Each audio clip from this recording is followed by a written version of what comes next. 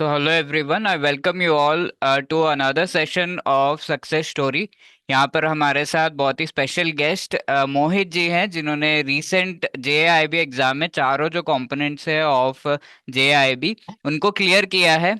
And इन्होंने अपने journey से जो है हमें इनके जर्नी जानकर काफ़ी इंस्पिरेशन मिलेगी, कैसे इन्होंने प्रिपरेशन करी थी एंड काफी सटीक तरीके से आपको बताने वाले हैं। So first of all I would like to welcome you Mohit ji to this session. And बहुत थैंक बहुत यू। धन्यवाद आपका, आपने अपना कीमती टाइम दिया हमारे प्लेटफॉर्म पे आए। And congratulations for clearing the JIB exam. कैसा लग रहा है आपको after clearing all the four component? JIB clear करके कैसा लग रहा है, बताइएगा। Thank you so much sir. वैसे बढ़िया लग रहा है सर, भी जेआईबी क्लियर हो गया। एक थोड़ा सा होता है भी, जब बैंकिंग में आते हैं जेआईबी और सीआईबी दो पेपर्स अपने, हम्म। और फिर जेआईबी जब देते हैं तो पता लगता है, जब क्लियर हो जाता है तो साथ के भी बोलते हैं भी जेआईबी क्लियर हो गया आपका, बढ़िया है। तो दूसरा भी राइट, मोटिवेट होता है, यार अगली बार मैं भी एग्जाम दूंगा इस चीज का। Right, right. हाँ जी तो सर, इस बार मैंने भी सर ऐसे ही सोच के जेआईबी भरा था कि मेरे साथ वाले ने बोला कि यार जीआईबी का फॉर्म निकला हुआ, आप एक साथ देंगे। मैंने छोड़ा था, नहीं नहीं मैं इस बार नहीं दूंगा। बोले नहीं नहीं एक साथ चलेंगे, एग्जाम दो आप। तो उन्हीं के साथ मैंने भी एग्जाम की तैयारी शुरू की फिर। राइट, तो काफी श्रेय उनको भी जाता है आपसे हाँ जी फॉर्म सर, फिल बिल्कुल करवाया। बिल्कुल सर, हाँ जी। नाइस। तो फर्स्ट ऑफ ऑल आपका एजुकेशनल बैकग्राउंड एंड बैंक में कब से आप काम करें, कहाँ पे पोस्टेड, अगर आप बताना चाहें प्लीज प्लीज बताइएगा। हाँ जी सर, मैं 2021 में ज्वाइन किया था। ओके। और आरआरबी बैंक है, बैंक ऑफ इसका बड़ौदा राजस्थान क्षेत्रीय ग्रामीण बैंक, और पिलानी में पोस्टेड हूँ, राजस्थान में है ये। Okay, nice. हाँ जी सर। और आपका कॉमर्स का बैकग्राउंड था या नॉन हाँ जी सर, कॉमर्स? हाँ जी हाँ जी, कॉमर्स बैकग्राउंड है सर मेरा, मैंने बीकॉम ओके, एमकॉम किया है। तो आपके लिए एफएम तो इजी रहा होगा हाँ जी सर, बिल्कुल ये एफएम कंपैरेटिवली। था, हाँ जी सर बिल्कुल। ओके, तो अगर आप शेयर करना चाहो कि स्कोर्स कितने थे आपके in all the four components. Sir accounts में मेरे 73 आए थे।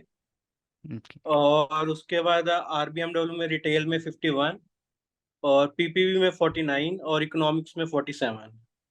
Okay, nice. स्कोर्स तो अच्छे हैं कंपैरेटिवली, बिकॉज 45 अबव लाना भी काफ़ी डिफिकल्ट होता है। पूरा ये पेपर भी थोड़ा सा आई थिंक इस बार थोड़ा लेंदी था इन हाँ जी। कंपैरिजन बाकी बात से। तो it is really great to see. And AFM में तो बहुत ही बढ़िया है, तो आप अच्छे से हमें एएफएम रिलेटेड गाइड कर सकते हैं। तो चारों कंपोनेंट्स के लिए क्या आपकी स्ट्रैटेजी थी, क्या कहाँ से आपने प्रिपरेशन करी थी, और पहले भी आप ये एग्ज़ाम दे चुके हैं या नहीं, अगर आप हाँ जी बता पाए। सर, इससे पहले मैंने एग्जाम दिए थे, और मेरे लगभग सारे एग्जाम हो गए थे, इकोनॉमिक्स से रह गया था। तो मैंने किसी अदर सोर्स से उसकी तैयारी शुरू की थी। ओके। और जब लास्ट मेरा चांस बचा था, फिफ्थ चांस, तो मैंने उसकी तैयारी शुरू की।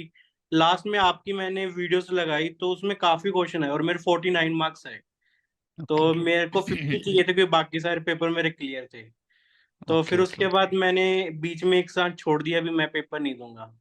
ओके। क्योंकि मेरे को चारों पेपर देने थे, और तैयारी लग रहा था भी नहीं हो पाएगी, क्योंकि बैंक में वर्क बहुत ज्यादा हो जाता है। फिर इस बार मेरे को किसी ने बोला मेरे स्टाफ में कि नहीं नहीं एक साथ चलेंगे, तो एग्जाम देना ही देना है आपको। मैं चलो ठीक है, साथ के साथ चलते हैं। तो फिर मेरे को लास्ट में पता था कि मैंने सर आपकी क्लासेस इकोनॉमिक्स की ली हैं, अगर मैं उसी टाइम मतलब और एक वीक या एक महीना तैयारी कर पाता उसको, तो शायद मेरा तभी क्लियर हो जाता। तो फिर इस बार मैंने आपकी शुरू की। यूट्यूब पे 9 9 आवर्स की वीडियोस हैं हर सब्जेक्ट की। तो मैंने वो डेली सुबह 2 घंटे और शाम को 1 घंटा लगाना चालू किया।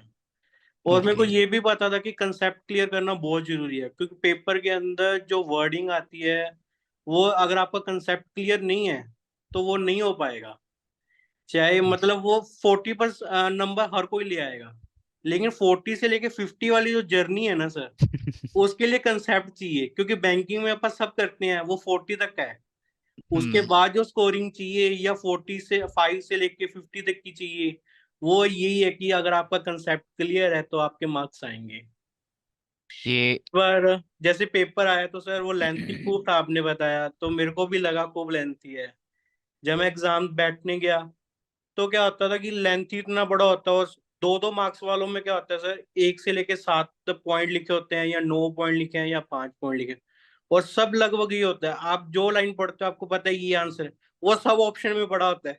तो आप इलेमिनेट ही नहीं कर पाते हो उसको। फिर हम्म। धीरे धीरे एक एक लाइन को पढ़ो भी, हाँ ये लाइन तो बिल्कुल नहीं हो सकती है। तो नीचे से वो एक ऑप्शन घट जाएगा, तो पता है अपने पास 3 बच गए। फिर उसमें से छाड़ना शुरू करो कि ये 3 में से कौन से ऑप्शन जेडे अलग अलग हैं बिल्कुल।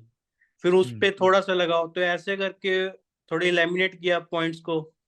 और थोड़ा सा टाइम दिया मैंने इस बार एग्जाम को, मतलब 1 घंटे बाद एग्जाम सबमिट तो जरूर हो जाता है। लेकिन उसके बाद अगर आप वही 1 घंटे बाद सबमिट कर देते हो तो हो सकता है कि स्कोर कम आए। लेकिन उसके बाद थोड़ा टाइम दोगे, उसको रिव्यू करोगे क्वेश्चंस को, तो कोई दिक्कत नहीं है सर, इजीली हो जाता है फिर। राइट, तो काफी इंपॉर्टेंट बात कही कि कई लोग 1 घंटे बाद निकल जाते हैं, और कई बार ऐसा भी होता है कि एक पेपर सही से नहीं हुआ, 45 के ऊपर थोड़ा सा गया तो फिर बाकी नहीं देंगे, इस तरह का जो है हाँ जी सर। डिमोटिवेशन आ जाता है। तो वो हमें नहीं करना है, पूरी एफर्ट लगानी है, पूरी जान लगा देनी है, जितना भी बन पाए हमसे in preparing. Because Mohit ji भी morning 2 hours and evening 1 hour निकाल रहे थे। आई नो कि कितना जो है मुश्किल से आप निकाल पा रहे होंगे ये टाइम भी। बिल्कुल सर, बिल्कुल, हाँ जी। तो ये तो थोड़ा लोकल पोस्टिंग है, जैसे पिलानी में हूँ तो पिलानी रहता हूँ, तो मेरे को पता है कि 9:30 बजे पहुंचना है। तो 6 बजे उठ सकते हैं, 6 से 8, 2 आवर्स लगाए। इवनिंग को पता है भी थोड़ा लेट सीटिंग हो जाती है, तो खाना हम्म। खा के 1 घंटा 9 से 10 आराम से लगाया जा सकता है। वो थोड़ा यस। टाइम मैनेज करना पड़ता है खुद को, फैमिली के साथ, और अपना भी स्टडी अगर अपने को क्रैक करना ही है कि जी अभी इस बार निकालना है। यस।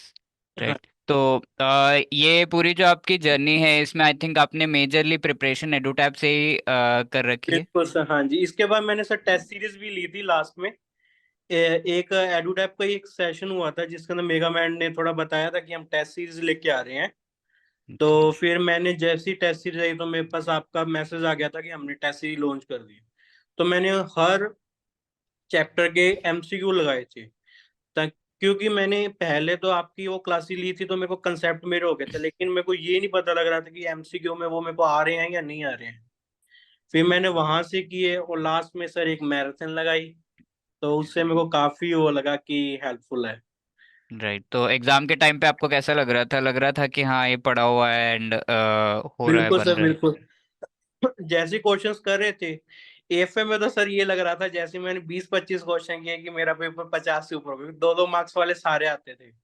ओके। और मैं इकोनॉमिक्स और पीपीबी में 2-2 मार्क्स वाले काफी, मतलब क्वेश्चंस मेरे को ये लगा कि एग्जैक्ट ऐसे ही पड़े हैं जो मैंने एमसीक्यू में लगाए हुए हैं। ओके। हाँ जी। तो आपके वो यूट्यूब वाले भी बीच में क्वेश्चंस काफी अच्छे थे, वो भी मेरे को सिमिलर मिले, क्योंकि इस बार जो मैकमिलन की बुक है उसमें भी सेम टू सेम क्वेश्चंस पड़े थे सर। हाँ जी। राइट। तो आप हमें बाकी कंपोनेंट्स तो काफ़ी अच्छे से, बट एएफएम रिलेटेड थोड़ा गाइड कर सकते हैं कि कैसे जो आगे बैंकर्स देंगे एग्जाम, तो वो किस तरीके से प्रिपेयर कर सकते हैं? लाइक उन्हें न्यूमेरिकल्स पे ज़्यादा फोकस करना चाहिए, या फिर थियोरी पार्ट पढ़ के न्यूमेरिकल्स हो जाते हैं? कैसे किस तरीके से बेसिक्स पे ज़्यादा ध्यान देना चाहिए? क्या होना चाहिए उनके आइडियल स्ट्रेटजी? सर अकाउंट्स में पहले तो बेसिक ही क्लियर होना चाहिए। जैसे जो कॉमर्स की टर्मोलॉजीज हैं, थोड़ा वो पता होना चाहिए भी, कैपिटल क्या है, ड्राइंग क्या है, डेबिट क्रेडिट्स क्या है, बैलेंस शीट क्या है। अब मेरे साथ में है जो, उनको थोड़ा सा ये कंसेप्ट वो वीक था, जिसके कारण वो स्कोर थोड़ा कम लेके आ पाए, कि उनको वो कंफ्यूज हो जाते थे कि पीएल में तो वो डेबिट होती है, बैलेंस शीट में आके वो क्रेडिट कैसे होगी। तो थोड़ा सा अगर ओके। बेसिक क्लियर हो। इस बार न्यूमेरिक अच्छा आया था एग्जाम में, आगे इतना न्यूमेरिक नहीं आता है। लेकिन इस ओके। बार न्यूमेरिक अच्छा होने के कारण स्कोरिंग सबका ही शानदार रहा इस बार। नहीं, बहुत ही अच्छा स्कोर है। 70 अबव आना तो बहुत ही मुश्किल होता है इन पेपर्स में। हाँ जी। तो it is a very good score. तो जैसा आपने प्रिपरेशन करी, सिंगल सोर्स पे ट्रस्ट किया, तो कभी ऐसा नहीं लगा कि यार यहाँ से भी कर लेता हूँ कुछ और क्वेश्चन, इधर से भी प्रैक्टिस कर लेता हूँ? ऐसा मल्टीपल सोर्सेज से करने का मन नहीं किया आपको, या फिर कैसे सर था? ये चीज मैंने पहले ट्राई कर ली थी।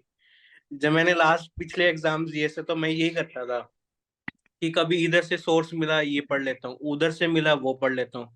तो इसके चक्कर में क्या होता है सर कि साथ मिक्स हो जाता है, और समझ नहीं आता भी क्या कंप्लीट होगा क्या वो रह गया। अब एक सोर्स से आप पकड़ लो, कोई मर्जी एक सोर्स पकड़ लो, जैसे इस बार मैंने एडुटैप पकड़ लिया, उसको मैंने सीक्वेंस में रखा कि मेरे को पहले ये करना है, फिर ये करना है, फिर ये करना है।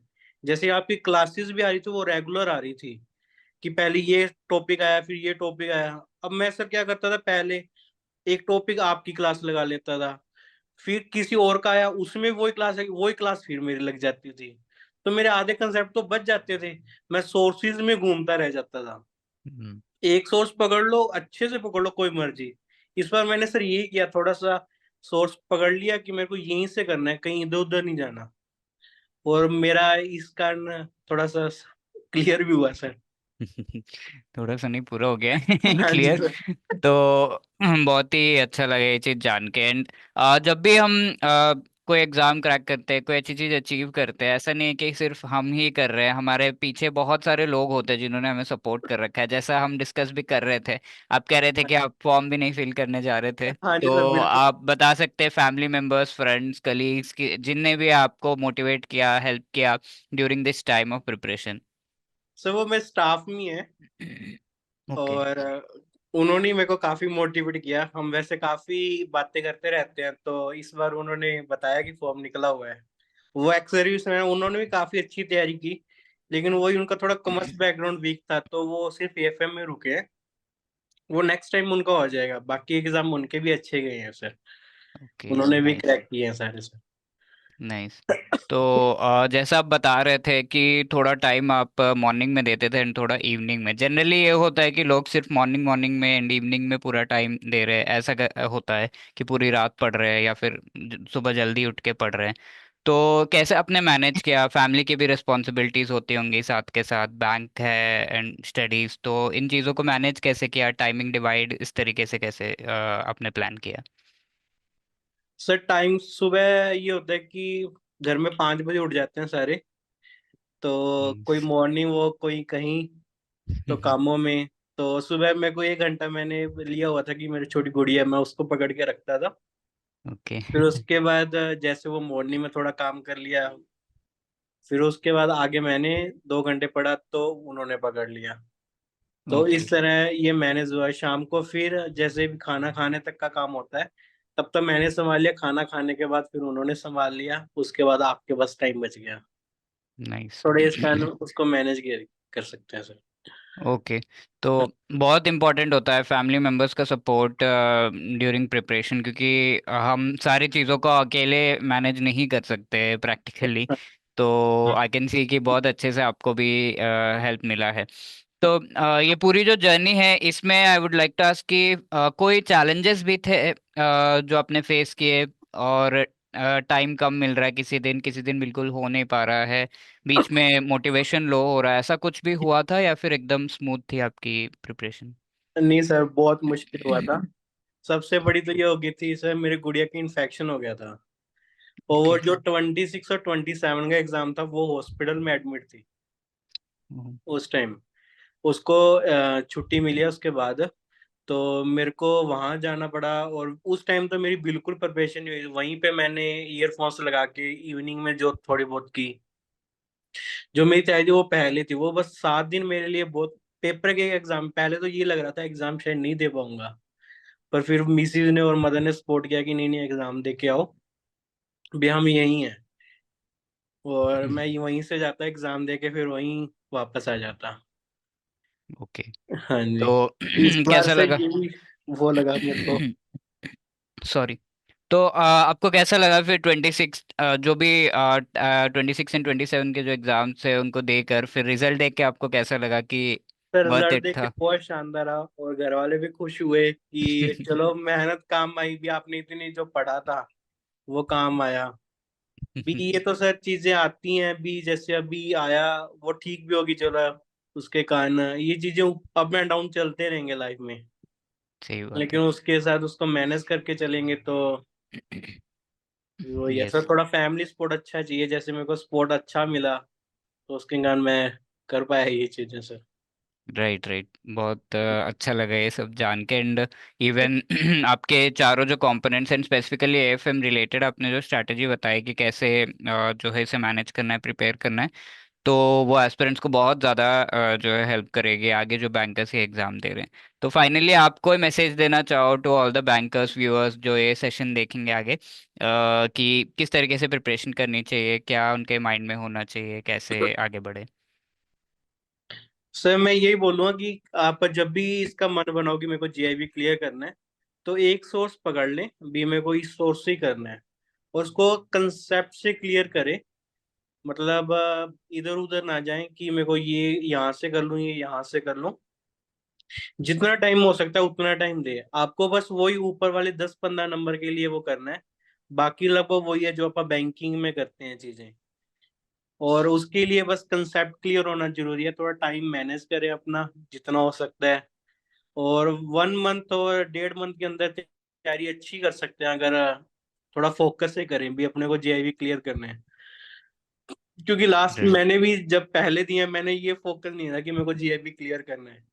बस ठीक है, जीआईबी भर दिया, पेपर एग्जाम दे के आना है। हाँ जी, थोड़ा सा ये है, वो होना जैसे भी अपने को ये चीज करनी है तो सर वो चीज हो भी जाती है। सही बात है। एक हाँ, निश्चय करना जरूरी है कि हाँ करना है ये चीज, करना है, ये हाँ तो जी करना है बिल्कुल। इस तरीके से। और फिर सारा कुछ सारे सपोर्ट भी आने लगता है। जब सपोर्ट हम भी, ही हाँ वीक जी, जब रहते हैं तो पता बाकी लग लोग जाता है ना भी। सर भी मेहनत कर रहा है, ये सुबह उठ के मॉर्निंग में टाइम दे रहा है, इवनिंग को टाइम, बैंक को भी मैनेज कर रहा है, फिर फैमिली को भी लगता है अभी इसने इतनी मेहनत किया तो इसका रिजल्ट मिलना चाहिए। थोड़ा हम भी इसको सपोर्ट करेंगे तो एग्जाम क्लियर हो जाएगा। राइट। श्योर। सही बात है एकदम। बहुत कुछ आपसे जो है बात करके बहुत ही अच्छा लगा, बहुत कुछ सीखने को मिला कि कैसे डिटरमाइंड रह के कंसिस्टेंटली अगर आप प्रिपेयर कर रहे हैं। फैमिली सपोर्ट तो आता ही है, उनको भी कॉन्फिडेंस आता है कि ये कर लेगा कर लेगी, और हमें सपोर्ट करना चाहिए। साथ के साथ जो कलीग्स हैं, फ्रेंड्स हैं, उनको भी पता रहता है कि हाँ ये तो करेगा, तो डेफिनेटली इनसे फॉर्म जरूर भरवाना है हमें। राइट। बिल्कुल बिल्कुल सर, हाँ तो जी। बहुत ही अच्छा लगा आपसे बात करके Mohit ji, thank you so much. And आपको ऑल द बेस्ट विश करना चाहेंगे आगे CAIB एग्ज़ाम के लिए, एंड बैंक के प्रमोशनल आपके एग्ज़ाम्स होंगे, एंड इन लाइफ ऑल्सो, कि thank best you so much wishes sir. For you. And congratulations once again मेरी तरफ से, पूरे टीम के तरफ से आपको for this achievement. Thank you so much sir. Thank you Mohit ji, thanks a lot. I am ending the session, thank you. Okay.